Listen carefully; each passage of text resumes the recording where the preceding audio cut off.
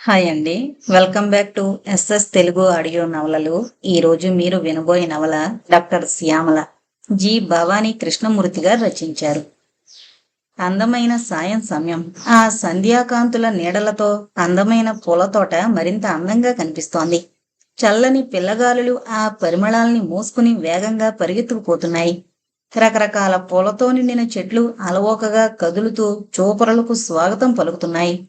ఆ పూలబాలల నాట్యానికి అనుగుణంగా సంగీతాన్ని అందిస్తున్నట్లు కిలకిలా రావాలు చేస్తూ ఆహ్లాదాన్ని కలిగిస్తున్నాయి పక్షి సంతతి. ఆ తోట మధ్యలో ఉన్న సిమెంట్ బెంచి మీద కూర్చుని ఏదో ఇంగ్లీషు నవల కాబోలు దీక్షగా చదివేస్తోంది డాక్టర్ శ్యామల. యవ్వనం దాటి నడి వయసులో పడిన చెక్కు చెదరని అందం ఆమెది. నీరెండలో ఆమె ముఖం తళతళ మెరిసిపోతుంది. అయినా ఆమె ముఖంలో ఏదో దిగులు, కళ్లల్లో నిరాశ ఆమె నిశ్చలతను చెడగొట్టేస్తున్నాయి. కళ్ళు పుస్తకంలోని అక్షరాల వెంట పరిగెడుతున్నా మనసు ఏదో ఆలోచిస్తోంది. Excuse me aunty. ఉలిక్కిపడి తలెత్తి చూసింది శ్యామల. గేట్ అవతల సుమారు 8-9 సంవత్సరాల బాబు నిలబడి ఆమె వైపే చూస్తున్నాడు. బూరెల్లాంటి బుగ్గలు, వంకీలు తిరిగిన ఉంగరాల జుట్టు ముద్దొచ్చేలా ఉన్నాడు. శ్యామల పెదవులు అప్రయత్నంగా విచ్చుకున్నాయి. కళ్లల్లో అనురాగం తొణికిసలాడింది. నా బంతి మీ గార్డెన్లో పడిందండి, భయంగా అన్నాడు. తదేకంగా ఆ అబ్బాయినే చూస్తున్న శ్యామల ఆ అబ్బాయి మాటలకి ఉలిక్కిపడి, అలాగా, లోపలికి రా, మృదువుగా అంది. గేటు తెరుచుకుని మెల్లగా లోపలికొచ్చి, సారీ ఆంటీ, ఇంకెప్పుడో లోపలికి పడకుండా మెల్లగా ఆడుకుంటామండి. ఇప్పుడైనా నేను విసరలేదండి. నా ఫ్రెండ్ రాము లేడు, వాడే గట్టిగా విసిరాడండి. తడబడుతూ గుక్క తిప్పుకోకుండా చెప్పడం చూసి నవ్వొచ్చింది శ్యామలకి. దాసు, ఇలారా, పనివాణ్ణి గట్టిగా పిలిచింది. ఏంటమ్మగారు? వినయంగా చేతులు కట్టుకుని నిలబడ్డాడు దాసు. ఈ బాబు బంతి లోపల పడిందట, చూసి తీసుకొచ్చివ్వు. ఇప్పుడే వస్తా అంటూ వెళ్ళిపోయాడు దాసు తలపాగా సవరించుకుంటూ. నీ పేరేంటి బాబు? ప్రేమ్ కుమార్, విడియంగా అన్నాడు. Very sweet name. Thank you aunty. భయం పోయినట్లు ఫ్రీగా నవ్వాడు. మీ ఇల్లెక్కడ ప్రేము? అదిగో అదేనండి. చేయి చాపి కొద్ది దూరంలో చెదురుమదురుగా ఉన్న ఇళ్లలో ఒక ఇంటిని చూపించాడు. దాసు ఇచ్చిన బంతినందుకొని థ్యాంక్ యూ ఆంటీ, వెళ్ళొస్తా అంటూ గేటు దాటి వెళ్ళిపోయాడు. ప్రేమ్ వెళ్లిన వైపే చూస్తూ చేతిలోని పుస్తకాన్ని పక్కన పెట్టి ఆలోచిస్తుండిపోయింది శ్యామల. డాక్టర్ శ్యామల ఇల్లు సిటీకి చివరగా ఉంది. ఏకాంతాన్ని ఇష్టపడే శ్యామల కావాలనే అలా కట్టించుకుంది. ఆ చుట్టుపక్కల చెదురుమదురుగా తప్ప అట్టే ఇళ్లు లేవు. అందుకే ప్రేమ్ చూపించిన ఇంటిని వెంటనే పోల్చుకోగలిగింది. ఈ మధ్యనే కట్టిన ఇల్లది. నర్సింగ్ హోం మాత్రం ఊరికి మధ్యలో ఉంది. మంచి డాక్టరు అన్న పేరు ప్రఖ్యాతలున్నాయి. దయగల తల్లి అని పొదుగురి చేత పొగడబడుతోంది. కాని ఆమె హృదయంలో మాత్రం అగ్నిపర్వతాలు బద్దలవుతున్నాయి. ఆ అగ్ని బయటికి రాకుండా నిగ్రహించుకోవడానికి నిరంతరం తనలో తానే ఘర్షణ పడుతూ ఉంటుంది. అమ్మా, చీకటి పడింది, లోపలికి రండి. ఉలిక్కిపడి చూసింది శ్యామల. ఎదురుగా మంగ. భారంగా నిట్టూర్చి మంగ వెనక లోపలకు నడిచింది. బెడ్ మీద వాలి అలసటగా కళ్ళు మూసుకుంది. మూసిన ఆ కళ్ళల్లో ఏవో అస్పష్ట రూపాలు తిరుగాడుతూ ఆమెను ఉక్కిరిబిక్కిరి చేసాగాయి. 2 చేతులతో బలంగా కణతం నొక్కుంది. అమ్మా, భోజనానికి రండి.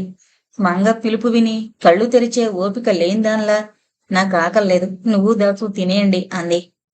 ఇలా ఎన్నాళ్ళు నిద్రాహారాలు మానేసి కాలం గడుపుతారమ్మా, లేచి రండి, కొద్దిగా పెరుగన్నం తిని పడుకుందిరు గాని. వద్దు మంగ, నన్ను బలవంతం చేయకు, మీరు తినేయండి. గొంతులో ఏదో తెలియని ఆవేదన. మీరు పూట పూట పొస్తులుంటుంటే మాకు తిండెలా సహిస్తుందమ్మా? నా పరిస్థితి తెలిసి కూడా నన్నెందుకు బాధ పెడతావు మంగా? ఇలా తిండి మానేసి పొస్తుంటే పరిస్థితి మారుతుందమ్మా? వేలాది మందిని ఆరోగ్యవంతులుగా చేసే మీరు మీ ఆరోగ్యాన్ని చేతులారా పాడు చేసుకుంటున్నారు. నానే దిక్కులేని నాలాంటి వాళ్ళు చచ్చినా బ్రతికినా ఒకటే మంగ. మీరే అలా అనుకుంటే ఇంకా మా బోటివారి గతేటమ్మా? బాధగా ఆమె వైపు చూసింది మంగ. డబ్బులో, పేరు ప్రఖ్యాతల్లో సుఖం లేదే, మనసులో ఉండాలి, ఆత్మీయతలో ఉండాలి. మీకు పేరు ప్రఖ్యాతలు అవసరం లేకపోయినా మీ అవసరం ప్రజలకి చాలా ఉందమ్మా. వారి కోసమైనా మీరు 100 ఏళ్లు జీవించాలి. సర్లే, నీతో వాదించే ఓపిక నాకు లేదు, నడు. బలవంతంగా లేచి డైనింగ్ టేబుల్ దగ్గరకు నడిచింది. ఎలాగో 4 ముద్దలు మింగి భోజనం అయిందనిపించింది. దాసు మంగా కూడా భోజనాలు చేసి ఇల్లు సర్ది శ్యామలకు చెప్పి తమ గదిలోకి వెళ్లిపోయారు. నిద్రొచ్చే వరకు భగవద్గీత చదివి కళ్ళు బరువుగా వాలిపోతుంటే లైట్ ఆర్పి పడుకుంది. కలత నిద్రలోనే తెల్లారిపోయింది. పక్షుల కిలకిలా రావాలతో కళ్ళు తెరిచి బద్ధకంగా ఒళ్ళు విరుచుకుని లేచింది శ్యామల. చీర కుచ్చెళ్ళు సవరించుకుంటున్న శ్యామలను చూసి, అమ్మా, అన్నీ బాత్రూంలో ఉన్నాయి, మొహం కడుక్కుని స్నానం చేసిరండి అంది మంగ. టిఫిన్ తయారు చేసే ప్రయత్నంలో హడావిడి పడుతూ. కాఫీ పలహారాలు ముగించి 8 గంటలకు హాస్పిటల్కు బయలుదేరింది శ్యామల. మంగ వంట పని, ఇంటి పని చూస్తుంటే దాసు బజారు పనులు, పూల మొక్కల సంరక్షణ చూస్తుంటాడు. ఆ దంపతులిద్దరూ శ్యామల కనుసన్నల్లో ముసలుతూ ఆమె ఒంటరితనం ఫీల్ అవ్వకుండా జాగ్రత్త పడుతుంటారు. శ్యామల కూడా వారిని పని మనుషుల్లా కాక స్నేహితుల్లా చూస్తుంది. చిన్నతనం నుంచి ఒక చోట పెరిగిన కారణంగా మంగ శ్యామలల మధ్య ఆత్మీయత, విడరాని బంధం వేసింది. ఆసుపత్రికి వెళ్లినా సరిగ్గా పనిచేయలేకపోయింది శ్యామల. పేషెంట్లందరినీ ఒకసారి చూసి వారికి ఇవ్వవలసిన మందుల గురించి నర్సుకి చెప్పి అవసరమైతే ఫోన్ చేయమని చెప్పి ఇంటికొచ్చేసింది. మంగ బలవంతంతో 4 మెతుకులు కతికి ఫోన్ వస్తే లేపమని మంగతో చెప్పి తన గదిలోకి వెళ్లిపోయింది. రాత్రి నిద్రలేమి వల్ల కళ్ళు మంటలుగా, తల భారంగా అనిపించి కళ్ళు మూసుకుని పడుకుంది. కాని మనసులోని అలజడిని అణుచుకోవడం ఆమె వశం కాక అసహనంగా అటు ఇటు పొర్లగా అలాగే నిద్రలోకి జారుకుంది. మంగ లేపగా 5 దాటాక లేచింది. దాసుతో కబుర్లు చెప్తున్న ప్రేమ్ శ్యామలను చూడగానే గుడ్ ఈవినింగ్ ఆంటీ అన్నాడు చిన్నగా నవ్వుతూ. Good evening. ఎగ్జామ్స్ అయ్యాయా? అయ్యాయి ఆంటీ. దాసు గబగబా వెళ్లి 2 కుర్చీలు తీసుకెళ్లి పూల చెట్ల మధ్య వేశాడు. ఆమె ఎదురుగా ఉన్న కుర్చీలో కూర్చుని కబుర్లు చెప్పసాగాడు ప్రేమ్. మంగ ఇద్దరికీ టీ తీసుకొచ్చిచ్చింది. ప్రేమ్ వెళ్లబోతుంటే, ప్రేము, హాలిడేస్ కదా, రోజూ వస్తుండు అంది. నేను చాలాసార్లు వచ్చానంటే, కానీ మీరు ఆసుపత్రిలో ఉంటున్నారట. ఓహో, పోనీ ఇప్పుడు నాతో ఆసుపత్రికి వస్తావేంటి? లేదంటే అమ్మకి చెప్పలేదు, మరోసారి వస్తాను. సరే ఉండు, కారులో మీ ఇంటి దగ్గర డ్రాప్ చేస్తాను అంది తయారవడానికి లోపలికి వెళుతూ. అబ్బే, ఎందుకంటీ? ప్రేము, ఈ ఆంటీ దగ్గర ఎప్పుడు ఏ విషయంలోనూ మొహమాట పడకు, తెలిసిందా? ప్రేమ్ దగ్గరకొచ్చి తల మీద చేయి వేసి నిమిరింది. ఓకే ఆంటీ అంటూ వెళ్లి కారులో కూర్చున్నాడు. Very good. లోపలికెళ్ళి 10 నిమిషాల్లో తయారీ వచ్చింది. వాళ్ళింటి ముందు కారాపి మళ్ళీ రేపురా అని స్టార్ట్ చేసింది. కారు దిగ్గానే ఎదురొచ్చిన నర్సుని ఎనీ ఇంపార్టెంట్ కేస్ అని అడిగింది. No madam, everything is okay. Good. వెళ్ళి కన్సల్టింగ్ రూమ్ లో కూర్చుంది. బెల్ నొక్కి పేషెంట్లు ఒక్కొక్కరినే పంపమని బాయ్కి చెప్పింది. తన మానసిక బాధలన్నీ మరిచిపోయి రోగుల పాలిట ధన్వంతరిలా మారిపోయింది. ఆమె దగ్గరకొచ్చిన రోగి ఆమె చల్లని చూపుల వల్ల, చెప్పే తీయని మాటల వల్ల తమ బాధల్ని చేతితో తీసేసినట్లు నవ్వుకుంటూ వెళతారు. రాత్రి 9 దాటాక నీరసంగా ఇల్లు చేరి డ్రెస్ మార్చుకుంటున్న శ్యామల, డాక్టర్, బాబు, డాక్టర్ గారిని ఒకసారి పిలు, నా బాబుని కాపాడండి డాక్టర్. ఒక స్త్రీ ఆక్రందన విని చటుక్కున బయటకొచ్చింది. ఆ స్త్రీ భుజం మీద ప్రేము, ఆమె వెనక ఆమె భర్త కాబోలు ఒక అతను ఆదుర్దాగా నిలబడున్నారు. ప్రేము గట్టిగా అరిచింది అప్రయత్నంగా. డాక్టర్, నా బాబు. కమాన్. అప్పటికే కారు స్టార్ట్ చేసింది శ్యామల. నా సాయశక్తిలా ప్రయత్నిస్తాను, మీరేం కంగారు పడకండి. స్పీడు పెంచింది. ఆమె ముఖాన దట్టంగా చెమటలు అలుముకున్నాయి. మరుక్షణంలోనే కారు ఆసుపత్రి ముందు ఆగింది. ఆమె చేతుల్లోని బాబుని భుజాన వేసుకుని థియేటర్లోకి పరిగెత్తింది. నర్సులు ఇద్దరూ హడావిడిగా ఆమె వెంట లోపలికి వెళ్లారు. చకచక గాయాలు తుడిచి కట్లు కట్టింది, అదురుతున్న గుండెని అదుపులో పెట్టుకుంటూ. డాక్టర్, ఈ గ్రూపు బ్లడ్ మన దగ్గర లేదు, నర్సు గాబరా పడుతూ చెప్పింది. నా బ్లడ్ గ్రూప్ అదే, వెంటనే ఏర్పాట్లు చేయండి. డాక్టర్ ఏదో చెప్పబోయిన నర్సుని, don't talk nonsense, come on quick, గట్టిగా అరిచింది. ఎప్పుడూ ఆమె కోపాన్ని చూడని నర్సులు భయపడి చకచక ఆ పక్కనే బెడ్డ మరిచారు శ్యామలకి. కావలసిన నిద్రెక్కించాక మెల్లగా లేచి కూర్చుంది శ్యామల. వేడివేడి కాఫీ తీసుకొచ్చి తాగించింది నర్సు. లేచి బయటకొచ్చింది. నా బిడ్డని బ్రతికించారు, మీ రుణం ఎలా తీర్చుకోగలను డాక్టర్? శ్యామల కాళ్ల మీద పడిపోయిందా తల్లి. చచ్చా, అదేం పనమ్మా, మీ బిడ్డకేం భయం లేదు, కాసేపట్లో స్పృహ వస్తుంది. ఆమెను ఊరడించి తన ప్రైవేట్ రూంలోకి వెళ్ళింది.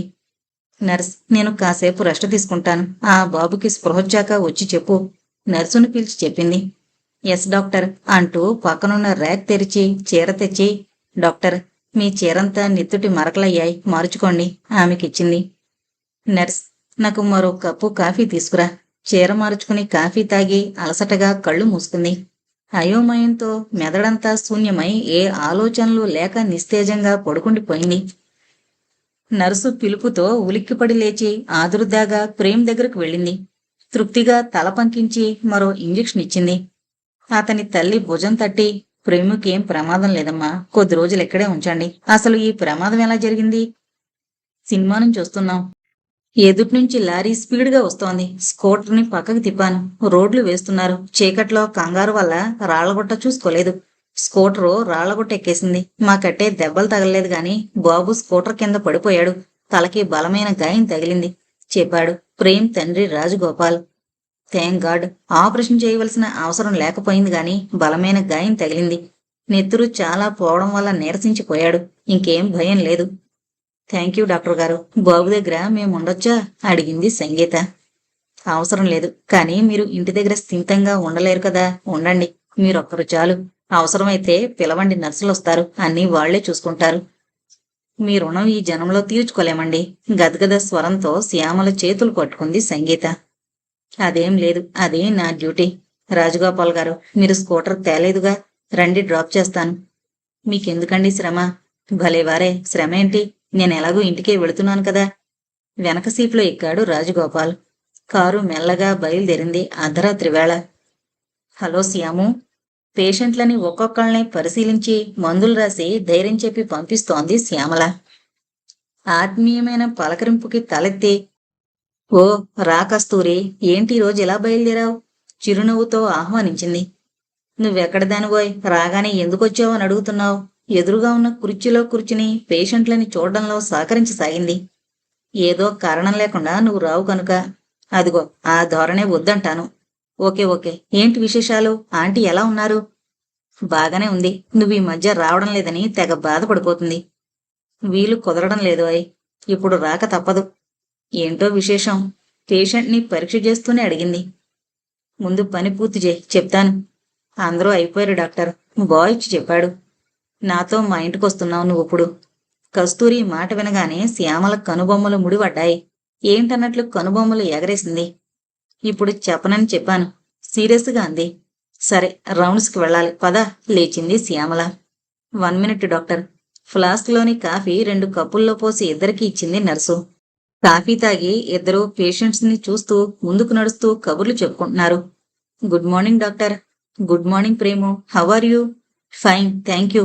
ఉత్సాహంగా లేచి కూర్చోబోతుంటే లేవకు ఆపింది. గుడ్, 2-3 రోజుల్లో ఇంటికి వెళ్ళిపోవచ్చు, పరీక్ష చేసి చెప్పింది సంగీతతో. నిన్నటి నుంచి ఇంటికి పోదామని ఒకటే గొడవ చేస్తున్నాడు డాక్టర్, దిగులుగా అంది సంగీత. అవునా ప్రేము?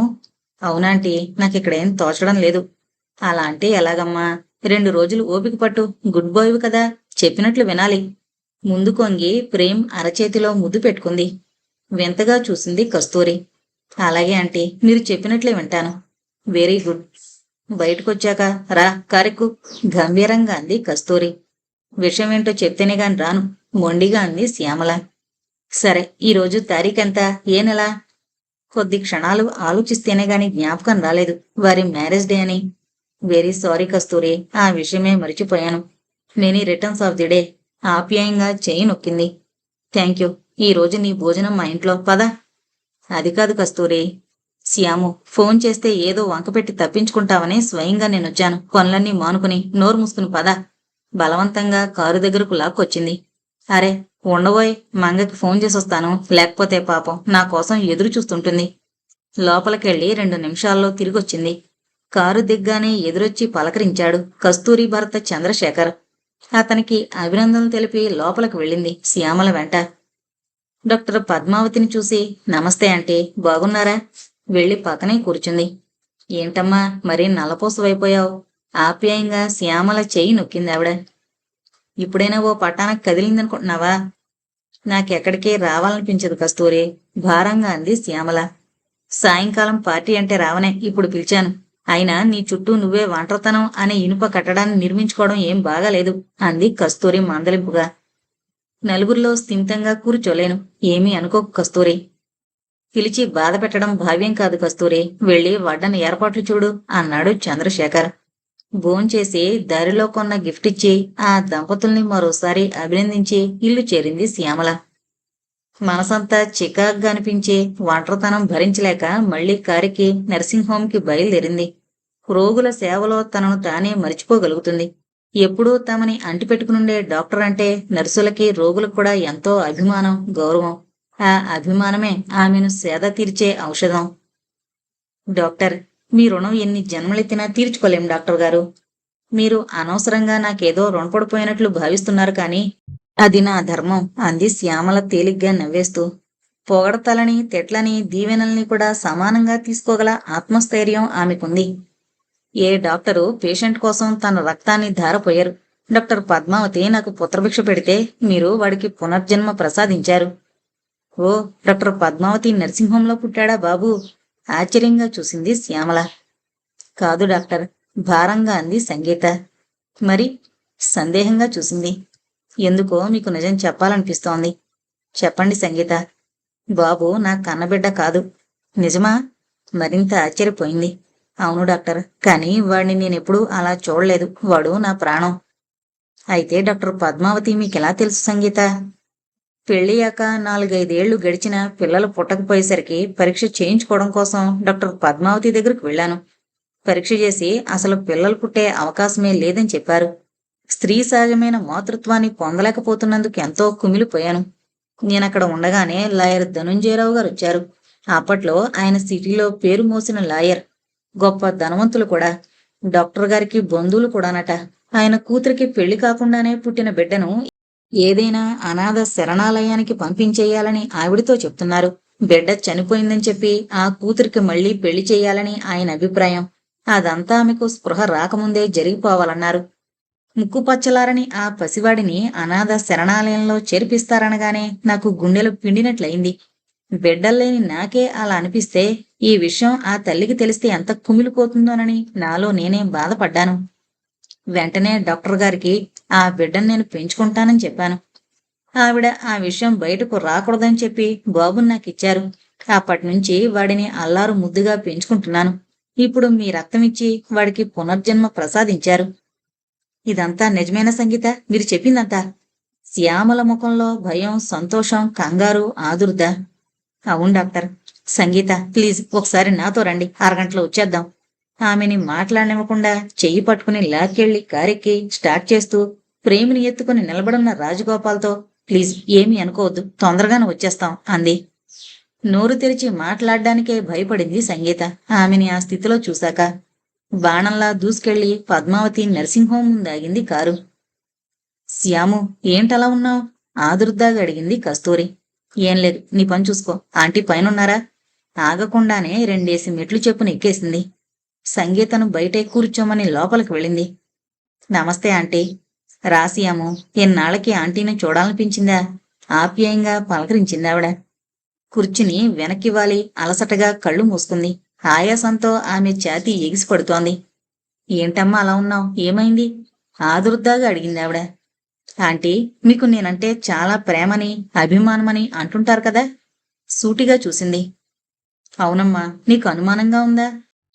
శ్యామల అరచేతిలో ముద్దు పెట్టుకుందావిడ. అంత బాధలోనూ పొక్కున నవ్వింది శ్యామల. ఎందుకంటే అది తన అలవాటు. అవునాంటీ, మీకిప్పుడు పరీక్ష పెట్టడానికే నేనొచ్చాను అంది గంభీరంగా. నీ మాటలు నాకేం అర్థం కావడం లేదు. మీరు కూడా నాకు అన్యాయం చేశారంటీ. శ్యాము, నువ్వనేది?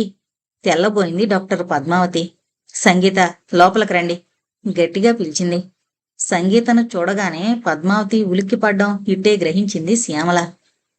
ఆంటీ, నా మీద ప్రమాణం చేసి జరిగిందేంటో చెప్పండి. మిమ్మల్ని చెడుగా భావించను. మరోసారి నా అదృష్టాన్ని పరీక్షించుకుంటాను. చెప్పండి ఆంటీ. అవునమ్మా, మీ నాన్న బలవంతంతో నేను కూడా నీకు అన్యాయమే చేశాను.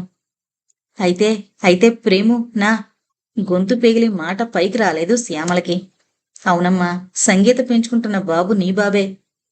ఆంటీ, విధి నాతో ఎందుకిలా చెలగాటమాడుతుందో నాకు అర్థం కావడం లేదు. నేనేం పాపం చేశానంటీ. ఒక్కసారిగా కుర్చీలో కూలబడి చేతుల్లో ముఖం దాచుకుని వెక్కి వెక్కి ఏడవసాగింది. డాక్టర్, శ్యామల భుజాన్ని గుచ్చిపట్టుకుంది సంగీత. క్షమించండి సంగీత, ఈ పాటికి మీరు అంతా గ్రహించారనుకుంటాను. ప్రేముని కన్నా దురదృష్టవంతురాల్ని నేనే. అర్థమైంది. ఇందాక నేను చెప్తున్నప్పుడు మీ ముఖంలో వచ్చిన మార్పుల్ని బట్టే కొంత గ్రహించాను. మీ సంభాషణ వల్ల పూర్తిగా తెలిసింది. ఒక్క క్షణమాగి ఎవరితోనూ ఎప్పుడూ చెప్పని నిజాన్ని మీతో చెప్పాలనిపించింది ఇందుకేనేమో. నేనెంత బాగా చూసినా పెంచిన తల్లినే. మీ నెత్తురు ధారపోసి మీ బిడ్డని బ్రతికించుకున్నారు. నవమాసాలు మోసి కనకపోయినా తల్లి బిడ్డల అనుబంధాన్ని అర్థం చేసుకోగలను డాక్టర్ అంది. సంగీత లేచి సంగీతను గట్టిగా కౌగిలించుకుంది ఆనందాతిరేకంతో. నీదెంత మంచి మనసమ్మా, ప్రశంసాపూర్వకంగా అంది పద్మావతి. నాకంటే డాక్టర్ గారికే బాబు అవసరం చాలా ఉంది. తన బిడ్డ బ్రతికే ఉన్నాడని తెలిసిన తర్వాత ఏ తల్లి ఆగలేదు. లేదు సంగీత, వాడు మీ దగ్గరే ఉండడం మంచిది హఠాత్తుగా అంది శ్యామల. శ్యాము, అవునాంటీ, మమ్మీ డాడీ అంటే సంగీత దంపతులనే వాడి భావన. కాదు, నేనే నీ తల్లిని అంటే మరి తండ్రి ఎవరో అంటాడు. అప్పుడా చిన్నారి మనసుకు ఏమని చెప్పనాంటీ? కళ్ళ నుంచి నీళ్లు జలజల రాలాయి. కన్నతల్లి మీ ఎదురుగా వాడి చేత అమ్మాని పిలిపించుకోగల అర్హత నాకు లేదు డాక్టర్. వాడికి నేనే చెప్పేస్తాను. వద్దు సంగీత, తొందరపడద్దు. అసలే వాడి ఆరోగ్యం బాగలేదు. 4 రోజులు పోనివ్వండి, ఏదో మార్గం ఆలోచిస్తాను వారింపుగా అంది శ్యామల. సరే, మీ ఇష్టం. మీరేం చేసినా నాకు సంతోషమే. థ్యాంక్స్ ఆంటీ, నిజం చెప్పి నా మనసుకి ఊరట కలిగించారు. వెళ్ళొస్తాం. లేచారిద్దరూ. కూర్చోండమ్మా. ఎప్పుడొచ్చినా ముళ్ల మీద కూర్చున్నట్లు 2 నిమిషాలు కూర్చుని పరిగెడతారు నిష్ఠూరంగా అంది పద్మావతి. ఏం చేయనాంటీ, తీరిక ఉండడం లేదు. మరోసారి వస్తానుగా చెప్పి కిందకొస్తుంటే కస్తూరి ఎదురైంది. నీకోసం నేనొస్తుంటే అప్పుడే పరిగెడుతున్నావేంటి? ఏం లేదు, పనుంది. మరోసారి తీరిగ్గా వస్తాను. మై గాడ్, నీకీ జన్మలో తీరిక అనేది ఉంటుందా? వింతగా చూసింది కస్తూరి. పోవాయ్, నీ జోకులు నువ్వును. కస్తూరి భుజం మీద కొట్టి వచ్చి కారెక్కింది శ్యామల. శ్యామలను చూడగానే రాజగోపాల్ చేతుల్లో నుంచి జారి పరిగెత్తుకుంటూ వచ్చి వాటేసుకున్నాడు ప్రేమ్. అరే, ఆ పరిగేంటి, పడతావు? ఒక్కసారిగా ముద్దు పెట్టుకుంది పైకెత్తుకుని. ఇంతసేపా? బొంగుమూతి పెట్టాడు. సారీ ప్రేము, గట్టిగా తన హృదయానికి అదుముకుంది శ్యామల. ఆనందోద్వేగంతో ఆమె కళ్ళు నీటి చలమలయ్యాయి. సంగీత శ్యామల భుజం మీద మెల్లగా తట్టింది ఓదార్పుగా. ఇంత ఆలస్యమైందేమిటి? రాజగోపాల్ దగ్గరగా వచ్చాడు. సారీ, మిమ్మల్ని అనవసరంగా కూర్చోబెట్టి. అదేం లేదు, మీరలా ఉన్నారేంటి? శ్యామల మాటల్ని మధ్యలోనే ఆపేశాడు. అబ్బే, ఏం లేదు, లోపలికి పదండి. పేషెంట్లని ఓసారి చూసొస్తాను. నా కారులో ఇంటికి వెళదాం అంటూ ప్రేమిని ఎత్తుకునే లోపలికి నడిచింది శ్యామల.